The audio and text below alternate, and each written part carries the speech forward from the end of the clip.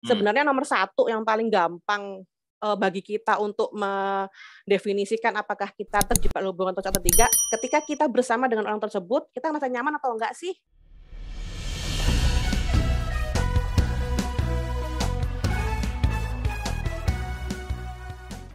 Salam perspektif baru untuk Anda, pemirsa acara ini di media sosial YouTube dengan nama akun Perspektif Wimar TV.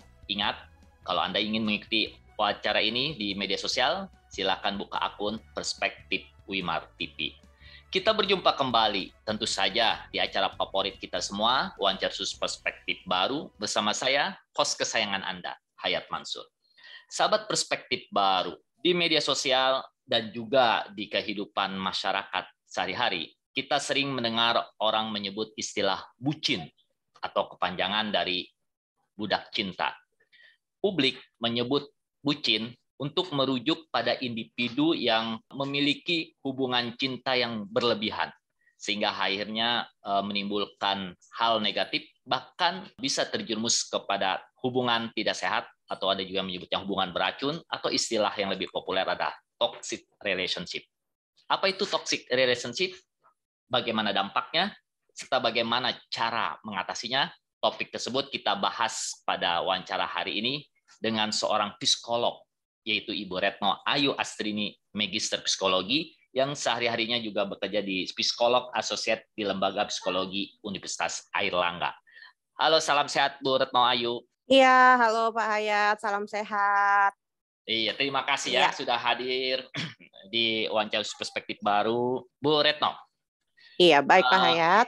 Saat ini di masyarakat, juga di media massa dan media sosial, ramai membicarakan mengenai kasus penganiayaan David Ozora yang dilakukan oleh Mario Dandi dan Agnes. Salah satu yang ramai dibicarakan adalah apakah hubungan antara Mario Dandi dan Agnes Glesia itu sampai terlibat penganiayaan merupakan sekedar bucin atau sudah termasuk dalam toxic relationship. Bagaimana perspektif Anda secara psikolog terhadap ini? Oke, baik. Baik, terima kasih Pak Hayat atas kesempatan diberikan. Sebelumnya saya ucapkan terima kasih kepada Radio Perspektif Baru ya atas kesempatan yang diberikan kepada kita semua untuk dapat membahas topik yang memang cukup hits ya, dan sepertinya banyak juga yang mengalami nih terkait dengan toxic relationship. Nah, agaknya sebelum kita bahas terkait dengan kasus Mario Dendi ya, kasus MD yang cukup amat sangat rame dan akhirnya melebar kemana-mana ya saat ini ya Pak ya. Sebenarnya kita perlu tahu dulu nih, apa sih sebenarnya hubungan beracun ya atau toxic relationship itu seperti apa, dan sampai mana sih batas-batasnya seseorang dikatakan terjebak di dalam hubungan yang toksik gitu ya. Sebelumnya definisi dari toxic relationship ya, namanya aja toksik alias racunnya. Ini artinya hal yang tidak baik yang dapat dirasakan oleh seseorang gitu ya. Hubungan toxic relationship atau hubungan yang beracun ini tentunya hubungan yang tidak sehat dan bisa berdampak negatif, berdampak buruk bagi keadaan fisik ataupun mental seseorang, begitu ya.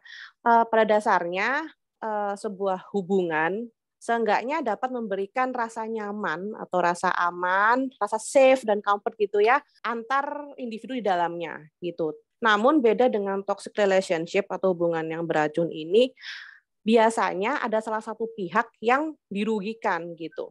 Dan seringkali salah satu pihak yang lain ini biasanya memiliki beberapa sifat sebagai berikut. Contohnya misalnya ada rasa dominating atau mendominasi ya, mendominasi pasangannya mungkin, atau mungkin memanipulasi pasangan untuk mengontrolnya gitu, dan juga sekedar mempermainkan pasangannya. Namun perlu kita garis bawahi di sini sebenarnya yang namanya toxic relationship atau hubungan toksik ini tidak melulu sebatas antara pasangan lover aja ya, pasangan yang saling mencintai itu tidak seperti itu. Bisa juga terjadi, ya oke, gimana Pak? Sebelum lanjut ke situ, kita mau tahu nih, apa perbedaannya antara bucin dan toxic relationship?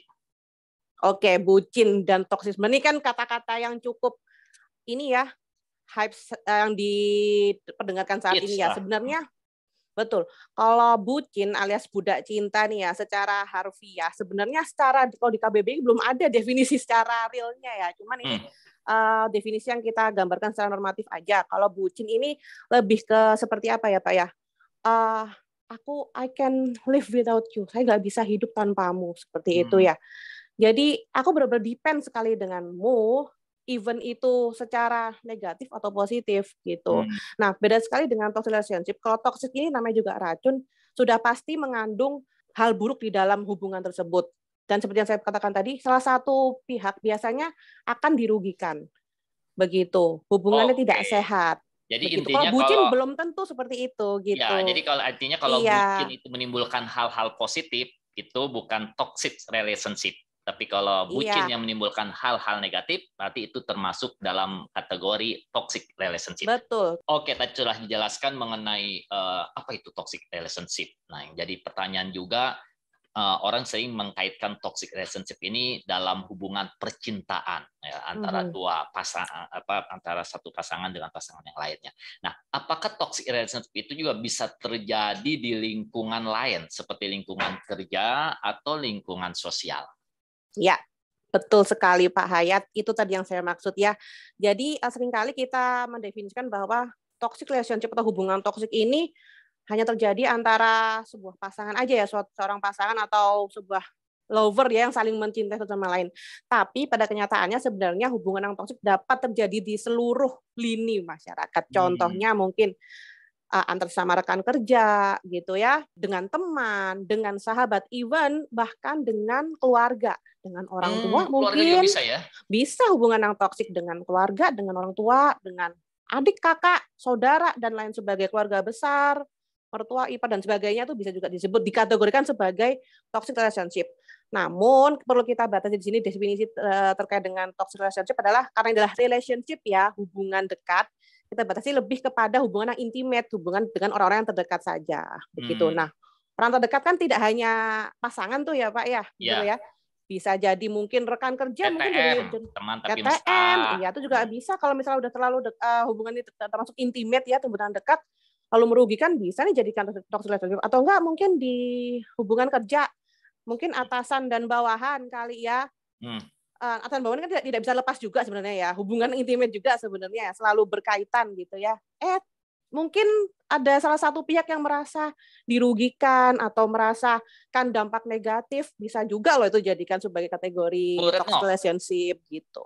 Iya, Pak. Ya. supaya kita tahu itu toxic relationship, tentu kita harus tahu juga apakah teman dekat kita itu termasuk toxic people. Nah, Oke. gimana ciri-ciri orang toxic people ini? Oke, gini ya. Oke, tadi kita udah tahu ya definisi dari toxic relationship. Sekarang kita juga perlu tahu kira-kira kita ini terjebak atau tidak sih di dalam hubungan yang toksik, begitu ya Pak ya? Ya. Dan orang seperti apa sih yang kita anggap dikategorikan sebagai orang yang toksik gitu ya? Sebenarnya nomor satu yang paling gampang bagi kita untuk mendefinisikan apakah kita terjebak hubungan toksik atau tidak. Nah, ketika kita bersama dengan orang tersebut, kita merasa nyaman atau enggak sih? Gitu. Nomor satu itu. Kalau Itu kan bisa nyaman berarti dirasakan ya bukan Pak. toksik ya? Belum tentu toksik Pak. Nah, tapi misalnya seperti ini contohnya, katakanlah nggak ada angin, nggak ada hujan nih, saya berhubungan dengan X misal, sebelumnya saya happy-happy aja nih, begitu saya dekat dengan X, bersama dengan X gitu ya, tiba-tiba seperti ada awan datang mendung, saya kehujanan, terus saya merasa kayak gloomy banget, kayak sedih, seperti itu. Merasa tertekan, merasa tidak aman, intinya saya diselimuti oleh emosi negatif. Itu bisa jadi pertanda kuat atau sign yang kuat bahwa Anda ini sedang terjebak dalam hubungan yang toksik. Paling gampang seperti itu nomor satu. Rasakan aja kira-kira kalau bersama dengan orang ini nyaman atau enggak ya. Saya merasakan emosi negatif atau emosi positif gitu ya kalau bersama dengan orang tersebut. Begitu. Itu salah satu contoh yang pertama yang paling mudah untuk diketahui ya. Lebih parah lagi karena memang nih kan kalau seringkali nih orang-orang yang terjebak di toxic relationship itu tidak sadar bahwa dirinya ini terjebak di hubungan yang beracun. Sering kali seperti itu. Saya tidak sadar saya terjebak di hubungan yang beracun. Nah, Bu Retno, ya. Kalau sudah terjebak dalam hubungan yang beracun, toxic relationship ini, apakah sebaiknya ditinggalkan atau dipertahankan? Karena, kan kadang-kadang ya saya mohon maaf, tidak akan mengulangi lagi. Karena rasa iba gitu ya Pak ya. dipertahankan gitu loh. Nah, jadi sebaiknya janji-janji gimana nih manis. dari sisi Oke. sebenarnya kita lihat dahulu ya pelaku toksiknya ini atau pasangan kita ini ya, orang yang berhubungan dengan kita ini seperti apa gitu. Ada dua sebenarnya, apakah hubungan ini memang bisa kita tinggalkan atau tidak. Contohnya, katakanlah kalau masih pasangan ya atau lover kayak misal kasus Mario Dendi dengan Agnes, ya itu kan masih cukup mudah untuk diputus begitu ya. Memang cara terbaik untuk supaya kita tidak terjebak di hubungan toksik dan keluar dari efek negatif dari hubungan yang toksik adalah ya kita putuskan saja hubungannya, itu paling baik. Mekanisme sama seperti alergi kali ya. Kalau kita kena alergi, itu kan kita harus jauhi sumber alerginya supaya kita tidak sakit gitu ya. Sama dengan hubungan yang toksik. Walaupun orang tersebut sudah meminta maaf, berjanji tidak mengulangi lagi, kadang-kadang kita kan sebagai manusia timbul rasa iba gitu. Oh ya mungkin dia bisa berubah. Nah jadi pertanyaannya juga, apakah toxic people ini bisa berubah, Bu? Nah betul. Nah ini seringkali juga yang akhirnya orang-orang jadi ini ya kayak merasa apakah ini keputusan yang tepat bagi saya untuk meninggalkan dia, begitu ya? Iya, betul. Nah, sebenarnya kita tuh bisa merasakan itu. Kita lihat dulu seperti orang ini seperti apa gitu ya. Jadi kalau di perspektif psikologi sebenarnya ada beberapa orang yang termasuk dalam kepribadian yang harusnya kita hindari. Salah satunya adalah kepribadian antisosial dan kepribadian sadistik. Kepribadian apakah itu? Jadi orang-orang dengan kepribadian antisosial itu biasanya akan menghalalkan segala cara untuk mendapatkan apa yang dia inginkan, meskipun harus menyakiti orang. Dan orang-orang ini nih dengan kepribadian antisosial ini sebenarnya tidak butuh dengan orang lain, begitu ya. Beda dengan kepribadian yang sadistik, dia ada kecenderungan untuk menyakiti orang dan merasakan senang apabila dia menyakiti seseorang. Nah, kita lihat dulu nih, kira-kira orang ini seperti apa ya. Kadang-kala kita kalau sudah terjebak dalam hubungan yang toksik, seringkali kita dibutakan oleh pikiran-pikiran kita sendiri gitu ya. Masa bahwa kayaknya aku cocok-cocok aja kok dibeginikan, aku memang pantas untuk seperti ini. Selalu merasa disalahkan dan lain sebagainya. Nah, inilah pentingnya kita untuk membangun dukungan dari orang-orang terdekat lain begitu ya. Seringkali saking bucinnya ya, saking merasa tidak bisa lepas dengan pelaku, akhirnya merasionalisasi segala hal yang dilakukan pelaku terhadap korban gitu. Dia merasa it's okay kok aku dibegini, aku emang salah, aku emang begini.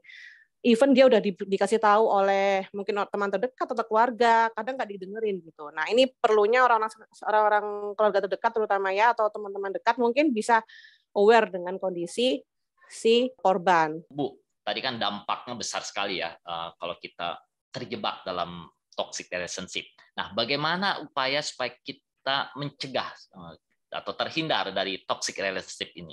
Oke, supaya terhindar yang pertama adalah kita harus sadari bahwa diri kita ini berharga yang pertama itu ya. Karena seringkali orang yang gampang sekali terjerembab atau terjebak dalam toxic relationship ini merasa dirinya orang-orang yang lemah, dependent, tidak bisa hidup tanpa orang ini, misal begitu ya. Yang pertama adalah bangun dulu self esteem ya, bangun dulu perasaan berharga dirimu bahwa kamu nih orang yang pantas untuk mendapatkan lebih baik. Bangun rasa percaya diri yang pertama itu untuk diri sendiri ya. Terus yang kedua adalah pastikan kamu memiliki banyak support system begitu ya. Jangan merasa sendiri seperti itu. Banyak orang-orang yang sayang denganmu misalnya seperti itu ya. Mungkin ada keluarga mungkin atau teman dekat. Jadi jangan hanya terpaku pada satu sosok yang mungkin dia udah terlanjur bisa mendominasi kamu. Seperti itu salah satunya. Bu Retno, ya. Apakah orang yang pernah terjebak dalam toxic relationship ini bisa dipulihkan dari trauma toxic relationship ini? Oke, jawabannya tentu saja bisa ya. Semakin cepat dia keluar dari lingkaran toxic relationship, itu akan semakin mudah untuk dia daripada orang yang sudah terlanjur lama terjebak, susah keluar. Dan kadang-kala gini, kalau sudah terlanjur terjebak lama ya udah saking dependentnya, saking bergantungnya dengan pelaku gitu ya, dengan pelaku toksik ini, dia kira jadi enggan untuk keluar. Jadi merasa kayak macam Stockholm Syndrome kali ya. Betul, baru saya mau bilang Pak Ayat. Semacam dengan sindrom Stockholm gitu ya. Merasa kayak ya ini hal yang wajar saya dibeginikan gitu. Padahal secara normatif orang-orang melihat ini tidak benar gitu loh. Kamu dirugikan begitu. Nah Itu kan dari sisi ini ya, Bu, korban ya. Nah, artinya kan korban yang mengalami trauma toxic relationship bisa disembuhkan. Nah, kalau dari sisi pelakunya, apakah bisa disembuhkan itu toxic people itu? Sebenarnya bisa saja ya, bisa. Tapi kembali lagi dengan tadi yang saya katakan terkait dengan kepribadian ya. Yang namanya, kalau dari perspektif psikologi itu ada orang-orang dengan kepribadian yang memang pada dasarnya dari sana seperti itu. Seperti contohnya kepribadian antisosial dan kepribadian sadistik. Kalau memang pada dasarnya dia memiliki kepribadian antisosial dan sadistik, mau digimanapun, mau dibilangin, mau dinasihati oleh siapapun, jangan begini-begini, susah. Karena memang pada dasarnya dia sudah seperti itu, gitu loh. Nah, orang seperti itu sebaiknya dihindari saja. Karena memang dia sebenarnya tidak terlalu butuh dengan orang, kecuali hanya untuk menyakiti orang tersebut, gitu ya. Nah, tapi kalau orang-orang dengan yang kepribadian selain itu ya karena sifatnya aja, karena terpengaruh lingkungan mungkin atau apa jadi bikin dia jadi toksik, sebenarnya bisa saja. Tentu saja yang pertama adalah komunikasikan dengan baik-baik ya. Pertama memang kuncinya adalah komunikasi, bahwa sikapmu tuh mengganggu loh gitu loh. Karena seringkali pelaku nih nggak sadar kalau saya ini mengganggu orang, merasa saya ini wajar-wajar aja kok berperilaku seperti ini gitu. Karena ada korbannya juga kayaknya nggak ngerasa tersakiti dengan perilaku saya gitu. Nah, gimana biar dia sadar, tentunya ya harus disadarkan bahwa kamu tuh perilakumu tidak benar begitu loh. Jadi istilahnya kalau dalam psikologi itu ada namanya kita ubah kognisinya ya. Kita ubah kognitifnya bahwa yang kamu lakukan itu salah. Mungkin dia mengalami distraksi kognitif waktu itu ya, menganggap perilaku-perilaku irasional yang dia lakukan itu hal-hal yang wajar saja, padahal itu tidak secara normatif seperti itu. Pertama komunikasi tentu yang paling penting. Kalau udah susah, ya. Karena yang pertama paling penting adalah komunikasi. Nah, publik juga perlu tahu nih, apa saja komunikasi toksik, komunikasi yang beracun yang sering disampaikan oleh para pelaku atau toxic people ini. Komunikasi yang toksik ya. Sebenarnya yang paling real komunikasi toksik tentu saja komunikasi yang bisa menjatuhkan lawannya ya, seperti contohnya kalimatnya. Mungkin kalimat-kalimat yang menjatuhkan atau yang tidak membangun, atau kalimat-kalimat yang katakanlah contoh saja misalnya tidak ada dukungan kepada si lawan bicara misalnya. Katakanlah contoh saja kalau saya ambil di lingkungan kerja aja deh ya paling gampang, misalnya si bawahan, Pak atau Bu, saya punya proyek baru nih, bla bla bla seperti ini. Belum apa-apa, atasan udah bilang, masa kamu bisa sih buat seperti itu? Apa iya ini? Oke. Pokoknya cuma ngomong hal-hal yang tidak membangun atau hal-hal yang istilahnya bisa menjatuhkan mental dari lawan, sebenarnya itu juga termasuk dikategorikan sebagai komunikasi yang toksik seperti itu. Kemudian kata-kata yang dapat menekan ya, ancaman, kata-kata kotor juga itu termasuk sebagai atau mungkin kekerasan verbal itu termasuk juga dikategorikan sebagai komunikasi yang toksik seperti itu, Pak. Contohnya, kalau contoh pasti banyak tentunya ya, dan sebenarnya kita seringkali pasti mungkin juga udah pernah mengalami juga begitu. Banyak sekali contohnya. Makasih Ibu Retno Ayu. Iya, baik Pak Sebagai Hayat. penutup, saya hanya mengingatkan bahwa dalam suatu hubungan sikap saling mendukung di antara pasangan atau teman dekat sangat penting. Misalnya saling mendukung keputusan terbaik, saling mendukung kegiatan yang positif. Nah, jika dalam suatu hubungan tidak ada sikap saling mendukung, maka kita wajib waspada. Waspadalah. Terima kasih. Baik. Sampai jumpa dalam wawancara perspektif baru berikutnya.